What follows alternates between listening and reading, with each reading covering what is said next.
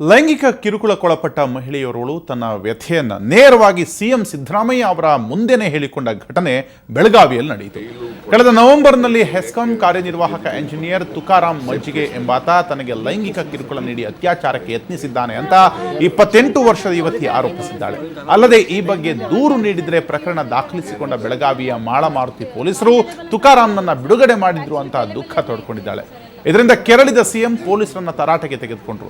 ಪುನಃ ಪ್ರಕರಣ ದಾಖಲಿಸಿಕೊಂಡು ಯುವತಿಗೆ ನ್ಯಾಯ ಕೊಡಿಸಿ ಅಂತ ಪೊಲೀಸರಿಗೆ ಎಚ್ಚರಿಕೆ ನೀಡಿದರು.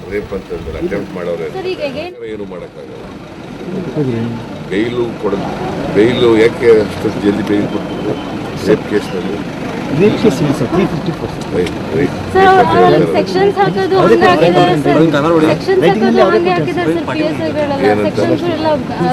ನಾನ್ ಬೇಲೆಬಲ್ ಅಂತ ನಂಗೆ ಹೇಳಿದ್ರಿ ಸರ್. ಆಕ್ಚುಲಿ ಬೇಲೆಬಲ್ ಎಲ್ಲ ಇತ್ತು ಸರ್. ಎಲ್ಲ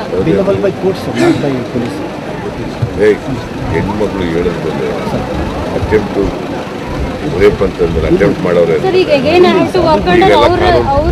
ಆಗಿದೆ ಗೊತ್ತಾ ನಿಮಗೆ? ಮಾಡಿದ್ದೆ ಸರ್, ಸೇಮ್ ಮಾಡಿದ್ದೆ ಸರ್. ಅವ್ರು ಏನು ಕೊಟ್ಟಿದ್ರು ಅದನ್ನೇ ಕಂಪ್ಲೇಂಟ್ ಎಲ್ಲ ಬರ್ದಿಲ್ವಾ? ಹೌದು ಸರ್, ಅವ್ರಿಗೆ ಬರ್ದಿದ್ದಾರೆ ಸರ್. ಸೇಮ್ ಆ ಥರ ಬರ್ದಿಲ್ಲ ಸರ್. ಅವ್ರಿಗೆ ಕೇಳಿ ನಾನೇ ಹೌದು ಸರ್ ಮಾಡು ಮಾಡ್ತೀವಿ ಸರ್.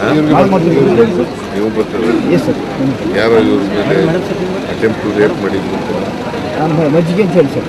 ಮಜ್ಜಿಗೆ ಏನಾರಾಗಲಿ ಈರುಳ್ಳಿನಾರ ಆಗಲಿ ಅರೆಸ್ಟ್ ಆಗಿದೆ ಸರ್. ಅರೆಸ್ಟ್ ಆಗಿ ಬೇಲ್ ಮೇಲೆ ಇದ್ದಾನೆ. ಹೌದು ಸರ್, ಕೋರ್ಟಿಂದ ಬೇಲ್ ಆಗಿದೆ ಸರ್. ಕೋರ್ಟ್ನಿಂದ ಹೌದು ಅರೆಸ್ಟ್ ಮಾಡಲಿಲ್ಲ ಅಂತ ಹೇಳ್ತಾರೆ.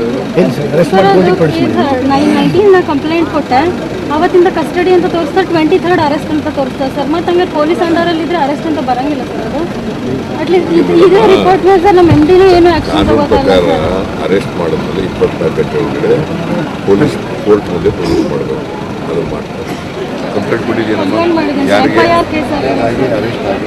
ಅರೆಸ್ಟ್ ಆಗಿದೆ ಬೇಲ್ ಆಗಿದೆ ಅಂತಲ್ಲಮ್ಮ? ಬೇಲ್ ಆಗಿದೆ ಸರ್. ಅವರು 6 days ಸರ್ ಹಾಸ್ಪಿಟಲ್ ಇದ್ದೀನಿ ಅಂತಂದ್ರು, ಕಸ್ಟಡಿಲಿ ಇದ್ದೀನಿ ಅಂತಂದ್ರು. ಏನೂ ಇಲ್ಲ ಸರ್. ಮೊಬೈಲ್ ಇತ್ತು ಅವ್ರ ಹತ್ರ, ದುಡ್ಡಿತ್ತು ಸರ್ ಅವ್ರ ಹತ್ರ, ವಿಡಿಯೋಸ್ ಇದೆ, ಎಲ್ಲ ಇದೆ.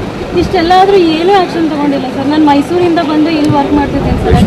ನಾನು ಮೈಸೂರು ಸರ್. ಅಲ್ಲಿಂದ ಇಲ್ಲಿ